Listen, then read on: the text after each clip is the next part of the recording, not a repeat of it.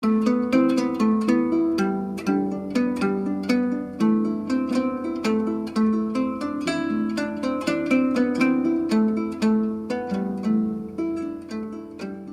I'm Peter Adamson, and you're listening to the History of Philosophy podcast, brought to you with the support of King's College London and the Leverhulme Trust, online at www.historyofphilosophy.net.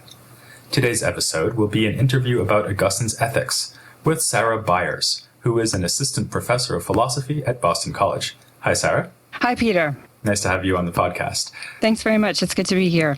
Well, in the podcast I've already been talking a bit about Augustine's reaction to various philosophers and especially the Platonists. But I know that you think the Stoics were also an important source for him, especially when it comes to ethics. So maybe we should start by having you say something briefly about how much he knew about Stoicism, which Stoic sources could he use, or which sources they report on Stoic doctrines. Okay. Well, most of the work that I've done so far in Augustine's ethics in relation to Stoicism has been specifically in the field of moral psychology, and there's a great deal of use of Stoicism in that area. And his principal sources were Cicero and Seneca. So in terms of Cicero, some of the important texts would be the Tusculan Disputations, the On Goals, the On the Republic, and the On Fate. And with Seneca, I saw him using On Providence, On Clemency, On Anger, On the Constancy of the Wise Person, for example. And it's interesting to note that in the Confessions, when he expresses his disappointment about Faustus, the Manichaean, one of the things that he says about Faustus was that Faustus had only read a few works by Seneca. And this implies, of course, that Augustine had read more than a few and that he was familiar with Seneca. And that's one of the things that I think scholars haven't taken into account enough in the past. It's interesting to look at some of those connections. But another interesting thing is that Augustine also gives evidence of knowing things that are not extant today in Latin texts, such as the ones I just mentioned. But there are things that we have today in Greek sources, like Diogenes Laertius, that Augustine gives evidence of having known. So, for example, in the City of God 14, he uses the Greek term eupatheia, which is a technical Stoic term for a morally good emotion. But this term is not given in Greek by Cicero in Cicero's Tusculan Disputations, when he's summarizing the Stoic account of the good emotions and the bad emotions. And so then the question would be, where did Augustine know that term from, right? So it seems that either he knew it from a Latin source that's not extant anymore, like part of Cicero's De Fato that's now lost, or else he had an anthology of extracts from Greek philosophers that was translated into Latin. And that's an argument that Courcelle has made in another context, that Augustine did have some kind of anthology or compendium or encyclopedia. One of the topics where Augustine seems to have drawn on the Stoics is their theory of motivation. And before we get on to what Augustine thinks about motivation and how it works when we have a desire and act on it, I thought, since it's been a while since I actually covered the Stoics in the podcast, maybe you can just remind us what the Stoics think is happening. So if I have a desire to, say, eat a piece of cake, how does that arise, and then how do I act on it? Right. So the theory of motivation is based on their general theory of cognition. So a motivation for the Stoics is a specific type of perception or cognition. And so the basic elements of Stoic epistemology are impression and assent. So the first thing that happens is I experience an impression, a first impression. You know, the term means something similar to the way that we use it in English, my first impression, the way something initially strikes me. And the Stoic term for this is fantasia. It's translated into Latin as visum. And then if I'm a rational being, if I'm a rational animal, a human, then I formulate to myself in mental language an interpretation of what I have sensed or the way that I've been struck. So, for example, if I smell chocolate cookies baking, and then I would think to myself, there are chocolate cookies baking in the oven. So that's the impression, and then I have the choice of whether to assent to it or refuse assent, not assent. And in the case of motivation, there's a specific type of impression that I would have that is going to explain why I reach out and grab the cookie, and somebody else who just walks into the kitchen and smells the cookies but doesn't grab the cookie doesn't do so. And the explanation that the Stoics have for that is that I had a motivating impression. So the particular features of this type of impression are that the mental language that I formulate to myself to interpret my sensory data spells out to me the attractive features in the cookie. So not only do I think there are cookies baking in the oven, but I think it's appropriate for me to eat those cookies because they're yummy. Go get that cookie. Okay. So I have an imperatival lecton. I have a sayable in my mind that's in the imperative mood. And this is one of the essential features of this type of impression. So then again, I have to either assent or not. I have to either agree to do it or not to do it. And if I do decide to do it, then I will have impulse, horme, which is the impetus to do the action. It's a psychological thrust, putting myself in motion to do the action. And at that point, the only thing that would prevent me from eating the cookie would be some kind of external obstacle. So if I trip on my way over to the oven or something. Or if I come in and grab the cookie out of your hand and eat it instead. Exactly, right. If you're competing with me for the cookie in a Hobbesian universe. So, but the point is, I'm culpable or praiseworthy from the point that I give assent. Right. Because at that point, the only thing that will stop me is something else. So the three is kind of a tripartite analysis. So you've got impression, assent, and impulse. Exactly. Right. How far does Augustine then follow the Stoics on this? Does he adopt the same basic tripartite structure when he's analyzing how human action works? Yes, he certainly does, and that's one of the things that I argued in a book that I had come out called Perception, Sensibility, and Moral Motivation in Augustine, which came out at the end of 2012. What I argued there is that he adopts this tripartite model, and he follows it very closely, even in its details. So even the idea that there's an imperatival mental sayable that I experience in my mind when I experience a motivating impression, that's an idea that you can find in his corpus.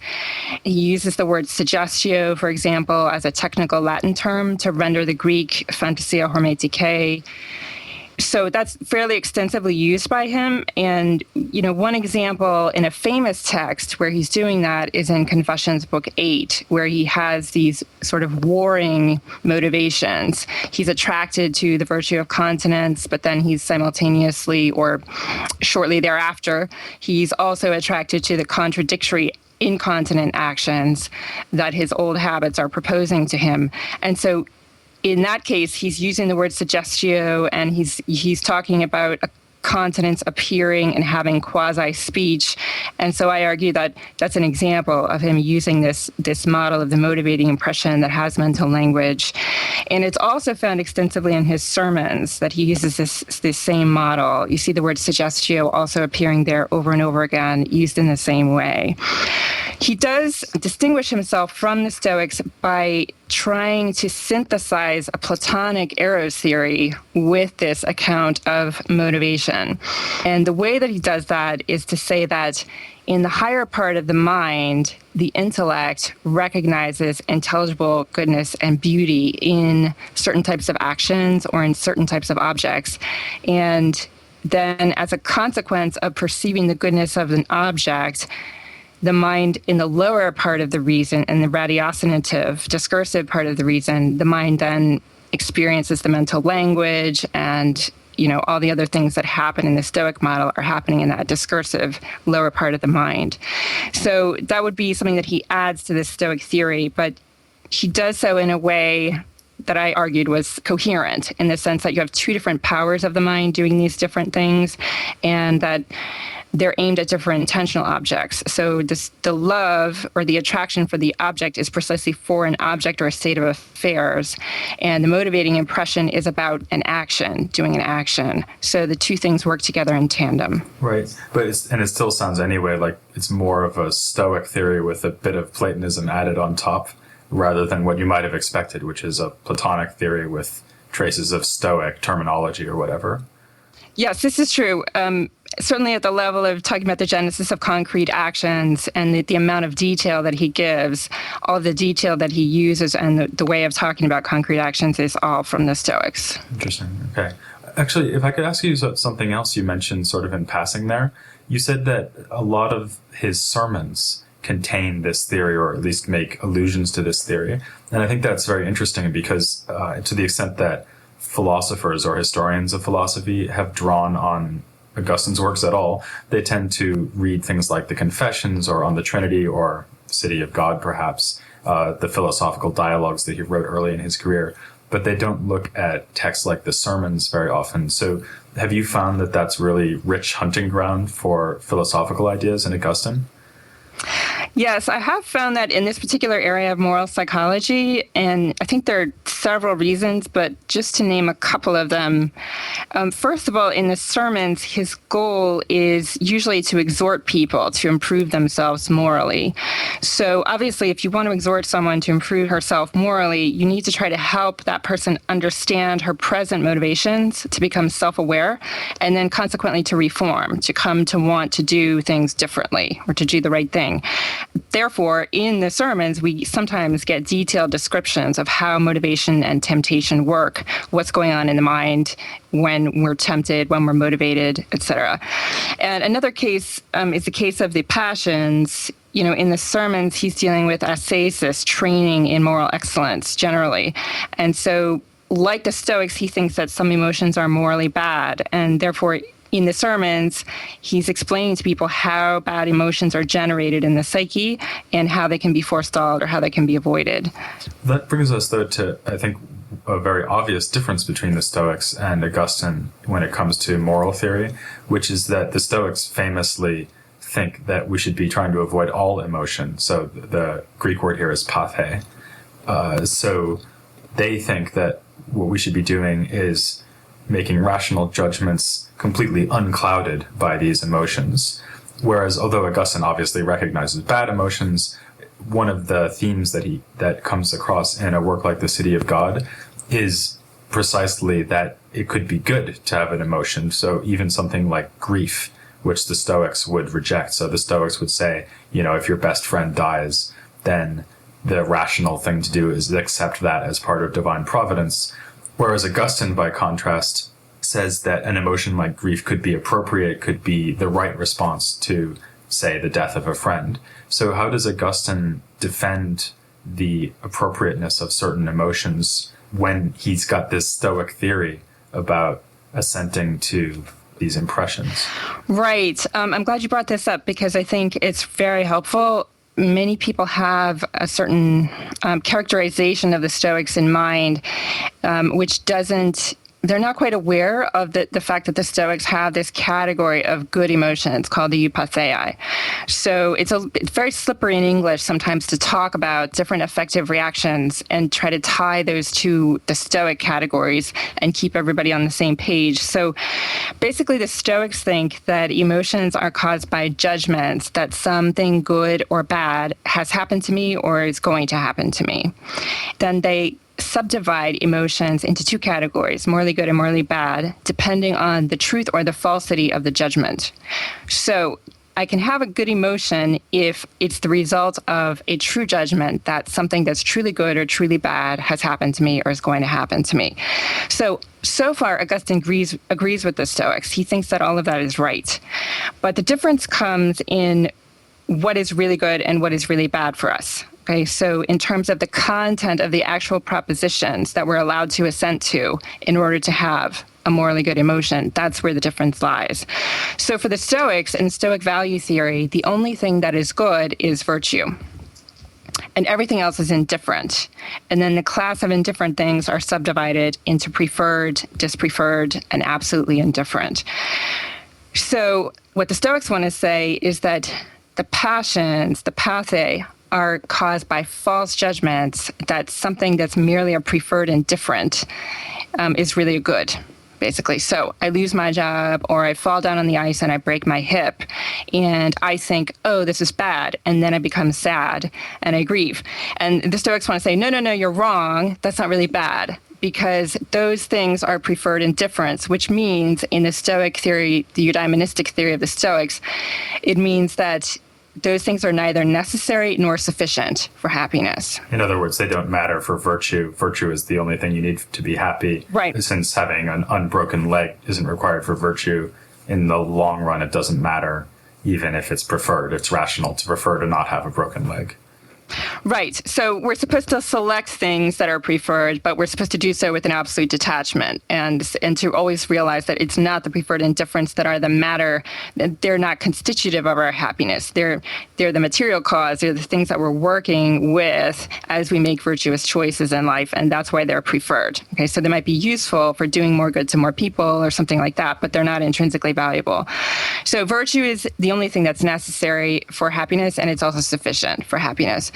So Augustine's disagreement is to say, no, these preferred indifference are actually necessary for happiness, for being completely happy. They're not sufficient. The Stoics were right about that, but they are necessary.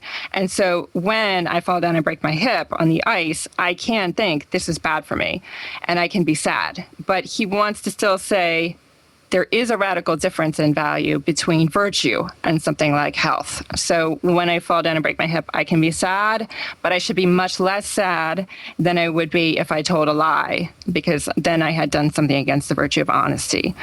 Right. There's actually a passage in the City of God where he says, do the Stoics really expect us to believe that someone who's being tortured would really still be happy just because they were virtuous? And he says, of course not. And so his point would be that a necessary condition for happiness would be, for example, not being subjected to torture.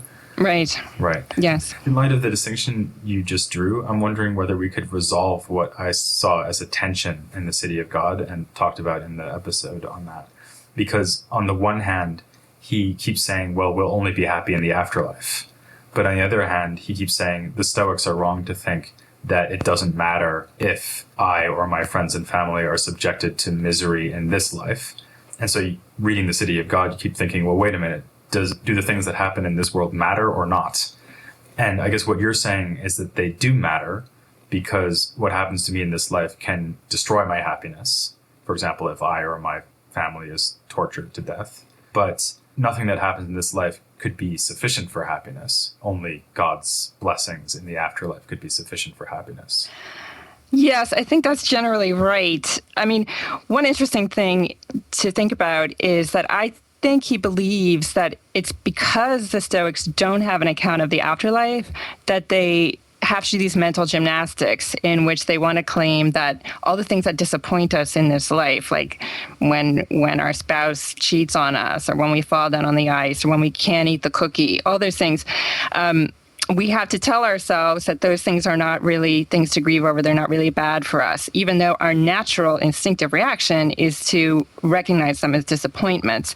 And he thinks that it's just because the Stoics don't have a view of the afterlife that they get themselves boxed into this corner, because it has to do with their associated belief that God is provident and that God is in control and that God is just. So the argument in Seneca's De Providentia, for example, goes, God is just, bad things seem to happen to good people, therefore these things can't really be bad, right? Because everything is smushed into this life. If you have a God who's provident and just, you have to have justice in this life. And Augustine wants to say, no, look, if we say that there's an afterlife, then you're relieved of this pressure to you don't have to lie anymore and say that it's not bad for me when my spouse cheats on me, right? And then you don't have to say that shouldn't affect my happiness, because you have more time to work out the justice of things, basically. Justice comes about in the afterlife. So it's almost like you can stop pretending that this world is enough, is what the Stoics are effectively doing. Right. And they feel that they have to because they have no other option. But Augustine also thinks that even the Stoics should have known better, because Plato was able to see that it's rational to believe in an afterlife, right? So he says this in his sermons, for example. Look, even the pagans realized, even Plato realizes that there is an afterlife of rewards and punishments. So he thinks that's something we can know by reason, and that you don't need to get that from the Bible. And so that's part of the reason why he's hard on the Stoics for not building in that second piece of the puzzle. And also why he says several times that the Platonists, even though they're not right because they're not Christians, they are preferable to all the other pagan schools. And that's in part because they do have this rational belief in the afterlife. Yes, that's one of the reasons. I mean, we could say more about that, but it's certainly one of the reasons, yes. Well, actually, but before we start going off to talk about Platonism, I wanted to ask you something else about the Stoics, which is going back to this issue about assenting to to the impressions that the world offers us. One thing that comes across very powerfully in the Confessions is this dramatization of someone, namely Augustine, who's in a situation where he's assented to a proposition, apparently, namely, I should convert to Christianity or I should become a pious Christian. So he has assented, and yet he finds himself unable to do it. So it seems there like the Stoic model of human action and motivation is no longer sufficient, right? Because it seems to him that he should become a Christian. He wholeheartedly, apparently, endorses this impression, and yet he finds himself not doing it. So how is it then that his belief in what he ought to do and what he finds himself doing can come apart like that if he's basically following the Stoic model? Okay, I don't read it that way, actually. I read the consent as happening in paragraph 29, which is the point at which he says that all the shadows of doubt were dispersed from his mind, that he came to a resolution. So this is after the take it and read bit. Yes. So I think that the reading of that text actually is supposed to symbolize his adopting the propositional content that was in the impression. So the impression is it's described in paragraph 27, the impression of continence, and the same propositional content is repeated. It's actually in the passage from the Bible that he reads, because it says, make no provision for the flesh and its lusts. And it talks about continence, adopting a continent lifestyle. So it's a repetition of the same propositional content, but this time with commitment, with assent, that happens in paragraph 29. So what's been happening then with him psychologically before that? Like there's that famous bit, make me temperate or continent, but not yet, right? So maybe the thought is that although it's like he feels like he should assent to the proposition, I should be temperate, he's not assenting to it. But then it seems like even that's kind of a puzzle, because then it seems like he's assenting to the proposition that he should assent, right, to Christianity, right. But he's still failing to do something despite the fact that he's assenting to the thought that he should do it. Well, yeah, this is a bit like Frankfurt and the first and second order motivations, right? But I think, that passage you just mentioned where he prays, make me continent, but not yet, it's much earlier in the Confessions. And at that point, what's happening is he sees Ambrose and he sees other philosophers who are either living a completely celibate life to be philosophers or to do, to engage in contemplation of God.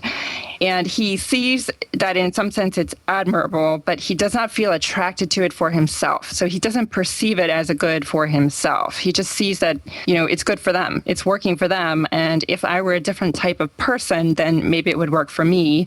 And gee, God, if you could make me that type of person without my having to do anything to get myself into that state, then that would be nice. But I don't really want you to put me into that state yet, because I enjoy the state that I'm in. So that's what's happening earlier.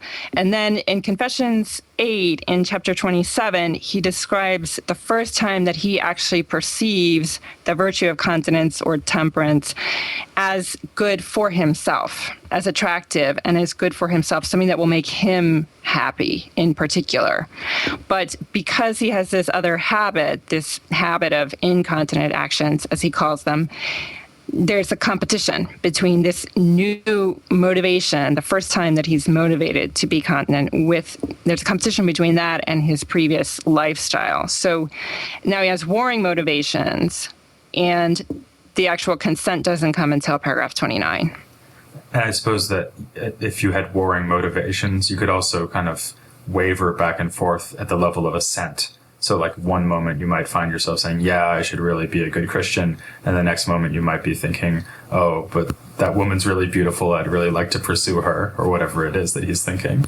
And I guess the Stoics must have thought this too, right? I mean, they weren't committed to the view that every time you assent to a moral proposition, you've made a decision that's going to last for the rest of your life, right? Yes. I mean, I think the difference is recognizing on the theoretical level that in some sense, a certain lifestyle or a certain type of behavior is admirable, and it seems to make other people happy, and it seems to be useful somehow or beneficial. But none of that is really a motivation for the Stoics or for Augustine. So when someone's experienced an actual motivating impression towards doing some action, they are saying to themselves, do it, go for it. So you can be having that interior self-imperative and still not assent. Right. That's still part of the impression. And if you have contradictory impressions, which you could have if you have a past habit of, different dispositions being built up through different types of actions, then you're not necessarily going to assent because your psychological weight is going to be distributed between these different abilities to find various things attractive. Let me ask you just one last question about this before we end. Yes. And this is about the theory of grace. So obviously this takes us into the realm of theology a little bit, but I'm wondering how the theory of grace then would interact with the story that you've been telling, because it makes me wonder which part of my psychology does God have to interfere with, as it were, in order to give me grace. So is the idea that he makes things seem differently to me, or does the idea that he helps me to assent to the right seemings, or what does he do exactly when he gives me grace? Yeah, this is an excellent question, and it's something that Augustine, his thinking about this question develops over time. But by the time that he gets to the Confessions, he's proposing to us himself as an example in the Confessions. And the model that he gives there is that because he was habituated in the wrong direction, in this incontinent lifestyle, as he calls it, he wasn't naturally able to perceive continence as good for him, as attractive for him. So the fact that he experiences this motivating impression of continence, of temperance in Book 8, he presents that as actually something that God gives him. So there's a first grace, which is when God makes him see the kalan quality of the virtue, that the virtue is good for him, that it will contribute to his happiness, that it's beautiful for him. It's a good and beautiful thing that he lacks and that he needs. And that's something that God has to do because on the natural level, our habits are determinative of how we perceive. Our habits influence our perception to such an extent that we're not going to be able to see a contradictory virtue to the vice that we have as good for us. So that, he thinks, is what grace is in the first instance. It's God giving us this motivating impression. So notice that it's God giving us an epistemological item that happens naturally all the time. But in certain kinds of cases, God has to give it to us because we can't get it naturally if we have bad habits. And then he seems to indicate also that the consent is also given by God, which is as a second grace in paragraph 29. Precisely because he has these conflicting dispositions, he cannot assent to the impression once it's given to him. So it's given as a second grace that God enables him to consent, or consents in him would be an Augustinian way of saying it. Well, it's really interesting because it sounds like he's really thought in great detail then about how to adapt this Stoic model of motivation and action for use in this new Christian context. Right. And the text where you really see it happening, that he's thinking this through, is the text that he wrote right before the Confessions, which is replies to Simplicianus. And in that text, you actually see an evolution of his thought about this question. So he starts off kind of thinking that maybe it's sufficient for people to come to some kind of conversion just by hearing preaching, exterior preaching. So the question is, what does it mean for God to call someone? And initially he's thinking, well, the calling is hearing preaching of, virtues being talked about and the Christian life as a virtuous life. But he sees the problem that there's an empirical fact that two people can hear the same preaching. They hear the same message, and one person is moved and the other person is not moved. And then this causes him to say, if someone is moved, that person is moved because God is touching their mind with a type of impression by which their will may be moved. And then in the Confessions, I think we're getting an example of how that works in the life of a concrete person, namely himself. Well, it's very interesting. Okay, thank you very much. So we've mostly been talking about the Stoics. In the next episode, I'm going to be turning our attention to the Platonists, because we're going to be looking at how Augustine drew on the Platonist tradition, including Plotinus, to develop some revolutionary new ideas about the Trinity, or at least some revolutionary ideas about how philosophy could be used to explain the Trinity. But for now, I'll just thank Sarah Byers very much for coming on. Thank you very much, Peter. I enjoyed being with you. And please join me next time for Augustine on Mind and Memory, on the history of philosophy without any gaps.